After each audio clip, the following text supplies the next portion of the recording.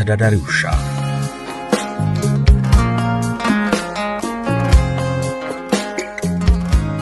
ራግስ ይባላል።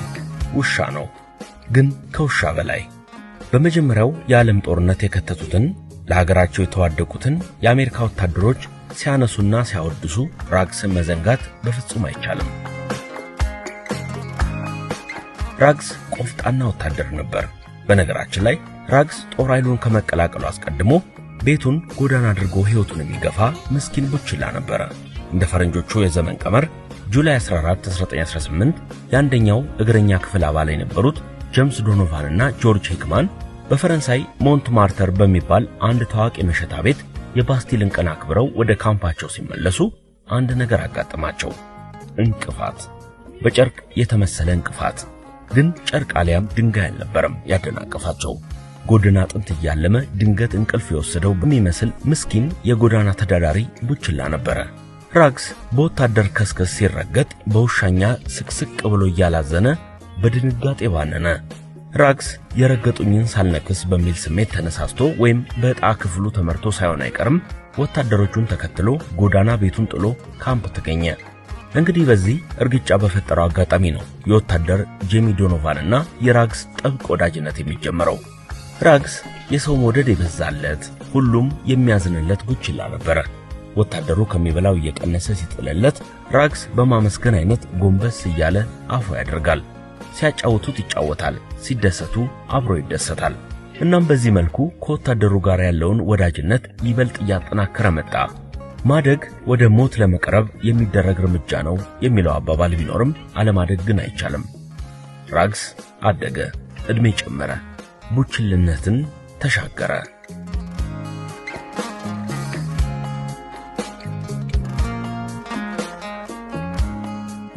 በታማኝነቱ በብልሃቱና በጀግንነቱ እጅግ የተዋጣለት ውሻ እንደነበር የሚነገርለት ራግስ ጠላት ጥቃት ከማድረሱ በፊት ቅድመ ጥንቃቄ እንዲደረግ ሰዋዊ ጥቆማ የመስጠት ልዩ ብቃት ነበረው።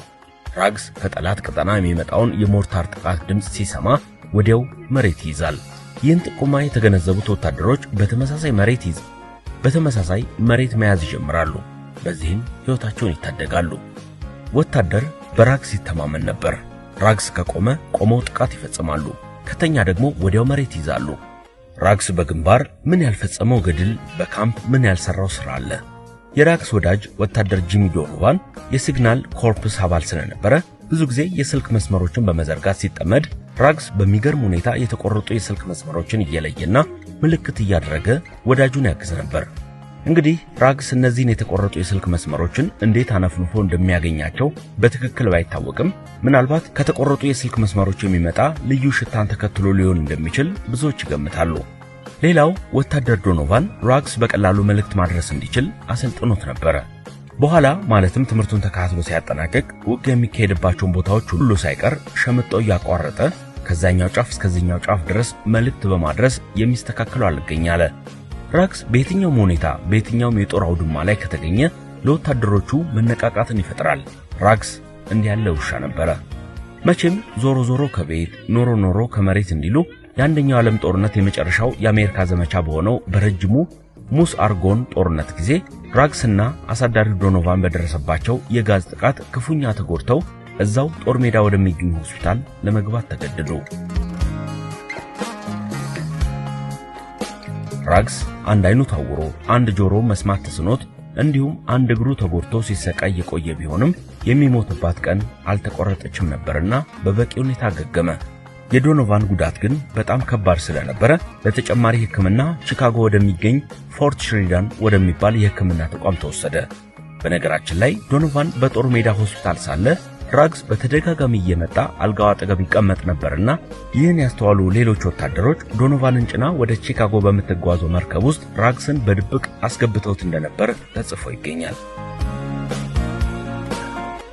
በመጀመሪያ የሕክምና ባለሙያዎቹ ራግስ ወዳጁን የክፉ ቀን መሸሸጊያውን ዶኖቫንን እንዳያይ ከልክለውት ነበር። ነገር ግን የራግስና የዶኖቫን ታሪክ በሆስፒታል ውስጥ ሲስፋፋ ራግስ ዶኖቫንን ገብቶ እንዲጠይቀው ተፈቀደለት። የሁለቱን ፍቅር ያስተዋሉት ሰዎች ምንም እንኳን ለአውሮፓውያን አቆጣጠር በ1919 የዶኖቫን ሕይወቱ ብታልፍም ራግስ ካጠገቡ መሆኑ ለጊዜውም ቢሆን ለዶኖቫን ምቾት የሚሰጥ አጋጣሚ ነበር ይላሉ። ግና ዶኖቫን ሕይወቱ ካለፈች በኋላ ወታደሮቹ አንድ ነገር ሰቅዞ ያዛቸው። ሞቱን ለራግስ ማን ያርዳው? ወታደሮቹ ተጨነቁ። የውሻ ሐዘን እንዴት ይሆን? ዋይት ሃውስ እንዴት ይሆን? ጭንቅ ያለ ነገር ሆኖባቸው ተፈተኑ። ይቆይ እንጂ የወዳጅ ሞት ተደብቆ አይቀር ነገር ግመልን ሰርቆ በእንብርክክ መሄድ የሆነባቸው ወታደሮች አመጠው ራግስን ዶኖቫን ወደ ሞተበት አልጋ ወሰዱት። ነገር ግን ዶኖቫን በህመም ላይ ሳለ ይለብሰው የነበረው አንሶላ እንጂ ሬሳው አልነበረም። በራግስ ታሪክ ዙሪያ ጥናት ያካሄደው ሃይተር መንዚስ ሁኔታውን እንዲያስታውሰዋል። ውሾቹን በትክክል የሚያውቅ ሰው የሐዘናቸውን ደረጃ ያውቃል። የሚወዱት ሰው ለጥቂት ቀናት ብቻ ቢሄድም ለውሾቹ ግን ለዘላለም እንደሄደ ያክል ነው። በሮችና መስኮቶች ላይ በመቁነጥነጥ ይጠባበቃሉ። ከርቀት የሚመጡ የእርምጃ ድምጾችን ምናልባት የናፈቃቸው ሰው ከሆነ በሚል ተስፋ እየዘለሉ ይመረምራሉ። የአዳዲስ ሰዎችን እርምጃ መልመድ የእርምጃቸውን ድምጽ መስማት ሁሉ ላይፈልጉ ይችላሉ። ታዲያ ከዚህ ሁሉ ጀርባ ያ የሄደባቸውን አሳዳሪ ተመልሶ እንዲመጣላቸው ተስፋ ማድረጋቸው አለ። ራግስ የሆነውም ከዚህ የተለየ አልነበረም። ራግስ አልጋው ላይ በተቀመጠበት ወቅት አንሶላውን አሸተተው። እግሮቹን ዘረጋና አፍንጫውን በመዳፎቹ መካከል ቀብሮ ከአንድ ደቂቃ በላይ ሳይንቀሳቀስ ተኛ። ከዚያ ከአልጋው ላይ ዘሎ ወረደና ቀጥ ብሎ ክፍሉን ለቆ ወጥቶ ሄደ። ራግስ በአዲሱ ቤት ውስጥ ለሳምንታት ያህል አንዳች ምግብ ሳይበላ ቀረ። ቀኑንም እንዲሁ በትካዜ ተኝቶ ያሳልፍ ነበር።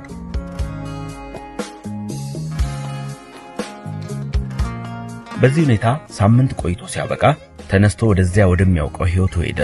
ከዚህ በኋላ ራግስ ዶኖቫን ወደ ሞተበት ሆስፒታል ተመልሶ አያውቅም ይባላል። የማታ ማታ ደግሞ የሰራዊቱ የፕሬስ ክፍል የራግስን ታሪክ በሰፊው በማሰራጨቱ ራግስ በጣም ተወዳጅና ታዋቂ ውሻ ሆነ። ሜዳሊያና ሪቫንም ተሸለመ። ከወዳጁ ዶኖቫን ሞት በኋላ ራግስ ለዓመታት እንዲሁ የካምፕ ውሻ ብቻ ሆኖ ነው ያሳለፈው።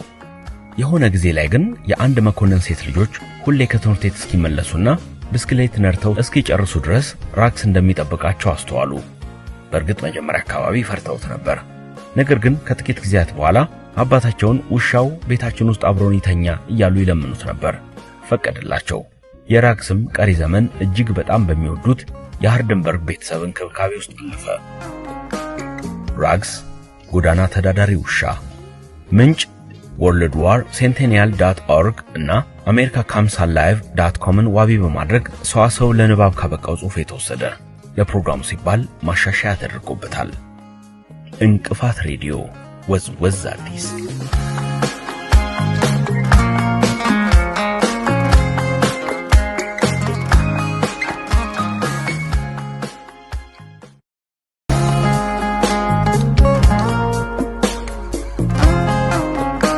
ራግስ ጎዳና ተዳዳሪ ውሻ።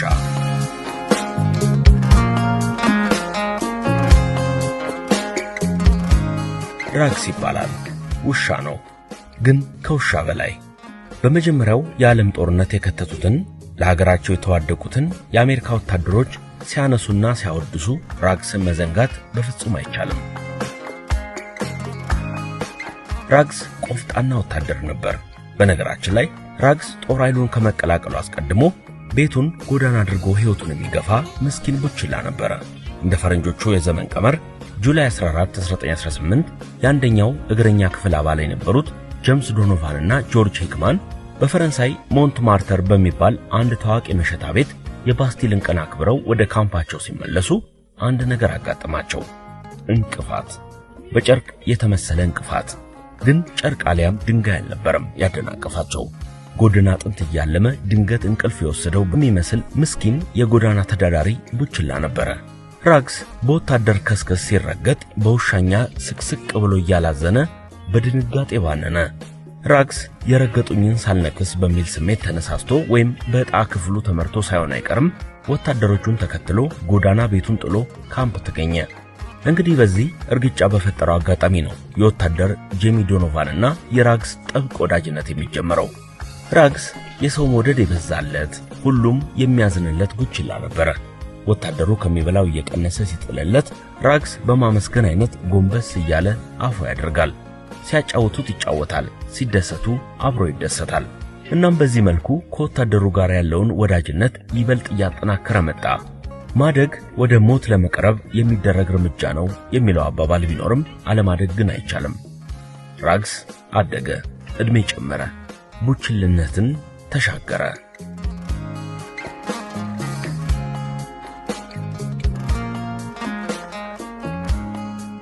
በታማኝነቱ በብልሃቱና በጀግንነቱ እጅግ የተዋጣለት ውሻ እንደነበር የሚነገርለት ራግስ ጠላት ጥቃት ከማድረሱ በፊት ቅድመ ጥንቃቄ እንዲደረግ ሰዋዊ ጥቆማ የመስጠት ልዩ ብቃት ነበረው። ራግስ ከጠላት ቀጠና የሚመጣውን የሞርታር ጥቃት ድምጽ ሲሰማ ወዲያው መሬት ይይዛል። ይህን ጥቆማ የተገነዘቡት ወታደሮች በተመሳሳይ መሬት መያዝ ይጀምራሉ። በዚህም ሕይወታቸውን ይታደጋሉ። ወታደር በራግስ ይተማመን ነበር። ራግስ ከቆመ ቆመው ጥቃት ይፈጽማሉ፣ ከተኛ ደግሞ ወዲያው መሬት ይዛሉ። ራግስ በግንባር ምን ያልፈጸመው ገድል፣ በካምፕ ምን ያልሰራው ሥራ አለ። የራግስ ወዳጅ ወታደር ጂሚ ዶኖቫን የሲግናል ኮርፕስ አባል ስለነበረ ብዙ ጊዜ የስልክ መስመሮችን በመዘርጋት ሲጠመድ ራግስ በሚገርም ሁኔታ የተቆረጡ የስልክ መስመሮችን እየለየና ምልክት እያደረገ ወዳጁን ያግዝ ነበር። እንግዲህ ራግስ እነዚህን የተቆረጡ የስልክ መስመሮችን እንዴት አነፍንፎ እንደሚያገኛቸው በትክክል ባይታወቅም ምናልባት ከተቆረጡ የስልክ መስመሮች የሚመጣ ልዩ ሽታን ተከትሎ ሊሆን እንደሚችል ብዙዎች ይገምታሉ። ሌላው ወታደር ዶኖቫን ራግስ በቀላሉ መልእክት ማድረስ እንዲችል አሰልጥኖት ነበር። በኋላ ማለትም ትምህርቱን ተከታትሎ ሲያጠናቅቅ ውጊያ የሚካሄድባቸውን ቦታዎች ሁሉ ሳይቀር ሸምጦ ያቋረጠ ከዛኛው ጫፍ እስከዚህኛው ጫፍ ድረስ መልእክት በማድረስ የሚስተካከለው አልገኝ አለ። ራግስ በየትኛውም ሁኔታ በየትኛውም የጦር አውድማ ላይ ከተገኘ ለወታደሮቹ መነቃቃትን ይፈጥራል። ራግስ እንዲህ ያለ ውሻ ነበረ። መቼም ዞሮ ከቤት ኖሮ ከመሬት እንዲሉ የአንደኛው ዓለም ጦርነት የመጨረሻው የአሜሪካ ዘመቻ በሆነው በረጅሙ ሙስ አርጎን ጦርነት ጊዜ ራግስና አሳዳሪው ዶኖቫን በደረሰባቸው የጋዝ ጥቃት ክፉኛ ተጎድተው እዛው ጦር ሜዳ ወደሚገኝ ሆስፒታል ለመግባት ተገደዱ። ራግስ አንድ አይኑ ታውሮ አንድ ጆሮ መስማት ተስኖት እንዲሁም አንድ እግሩ ተጎድቶ ሲሰቃይ የቆየ ቢሆንም የሚሞትባት ቀን አልተቆረጠችም ነበርና በበቂ ሁኔታ አገገመ። የዶኖቫን ጉዳት ግን በጣም ከባድ ስለነበረ ለተጨማሪ ሕክምና ቺካጎ ወደሚገኝ ፎርት ሽሪዳን ወደሚባል የሕክምና ተቋም ተወሰደ። በነገራችን ላይ ዶኖቫን በጦር ሜዳ ሆስፒታል ሳለ ራግስ በተደጋጋሚ እየመጣ አልጋው አጠገብ ይቀመጥ ነበርና ይህን ያስተዋሉ ሌሎች ወታደሮች ዶኖቫንን ጭና ወደ ቺካጎ በምትጓዘው መርከብ ውስጥ ራግስን በድብቅ አስገብተውት እንደነበር ተጽፎ ይገኛል። በመጀመሪያ የሕክምና ባለሙያዎቹ ራግስ ወዳጁን የክፉ ቀን መሸሸጊያውን ዶኖቫንን እንዳያይ ከልክለውት ነበር። ነገር ግን የራግስና የዶኖቫን ታሪክ በሆስፒታል ውስጥ ሲስፋፋ ራግስ ዶኖቫንን ገብቶ እንዲጠይቀው ተፈቀደለት። የሁለቱን ፍቅር ያስተዋሉት ሰዎች ምንም እንኳን ለአውሮፓውያን አቆጣጠር በ1919 የዶኖቫን ሕይወቱ ብታልፍም ራግስ ካጠገቡ መሆኑ ለጊዜውም ቢሆን ለዶኖቫን ምቾት የሚሰጥ አጋጣሚ ነበር ይላሉ። ግና ዶኖቫን ሕይወቱ ካለፈች በኋላ ወታደሮቹ አንድ ነገር ሰቅዞ ያዛቸው። ሞቱን ለራግስ ማን ያርዳው? ወታደሮቹ ተጨነቁ። የውሻ ሐዘን እንዴት ይሆን? ዋይት ሃውስ እንዴት ይሆን? ጭንቅ ያለ ነገር ሆኖባቸው ተፈተኑ። ይቆይ እንጂ የወዳጅ ሞት ተደብቆ አይቀር ነገር ግመልን ሰርቆ በእንብርክክ መሄድ የሆነባቸው ወታደሮች አመጠው ራግስን ዶኖቫን ወደ ሞተበት አልጋ ወሰዱት። ነገር ግን ዶኖቫን በህመም ላይ ሳለ ይለብሰው የነበረው አንሶላ እንጂ ሬሳው አልነበረም።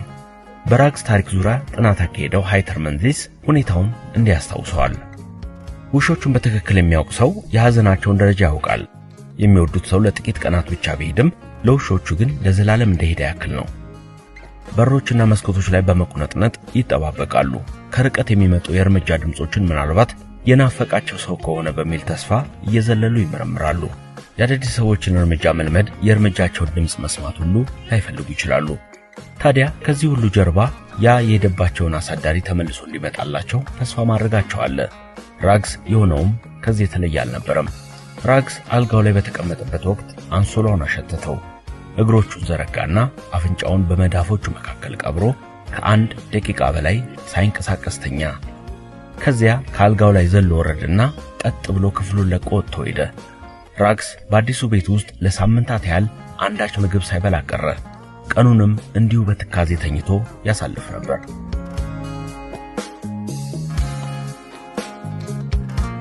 በዚህ ሁኔታ ሳምንት ቆይቶ ሲያበቃ ተነስቶ ወደዚያ ወደሚያውቀው ሕይወቱ ሄደ። ከዚህ በኋላ ራግስ ዶኖቫን ወደ ሞተበት ሆስፒታል ተመልሶ አያውቅም ይባላል።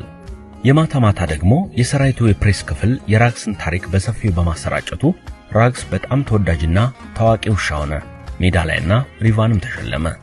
ከወዳጁ ዶኖቫን ሞት በኋላ ራግስ ለዓመታት እንዲሁ የካምፕ ውሻ ብቻ ሆኖ ነው ያሳለፈው። የሆነ ጊዜ ላይ ግን የአንድ መኮንን ሴት ልጆች ሁሌ ከትምህርት ቤት እስኪመለሱና ብስክሌት ነርተው እስኪጨርሱ ድረስ ራግስ እንደሚጠብቃቸው አስተዋሉ። በእርግጥ መጀመሪያ አካባቢ ፈርተውት ነበር። ነገር ግን ከጥቂት ጊዜያት በኋላ አባታቸውን ውሻው ቤታችን ውስጥ አብሮን ይተኛ እያሉ ይለምኑት ነበር። ፈቀደላቸው። የራግስም ቀሪ ዘመን እጅግ በጣም በሚወዱት የሃርደንበርግ ቤተሰብ እንክብካቤ ውስጥ አለፈ። ራግስ ጎዳና ተዳዳሪ ውሻ። ምንጭ worldwarcentennial.org እና americacomesallive.comን ዋቢ በማድረግ ሰዋሰው ለንባብ ካበቃው ጽሑፍ የተወሰደ። ለፕሮግራሙ ሲባል ማሻሻያ ተደርጎበታል። እንቅፋት ሬዲዮ ወዝ አዲስ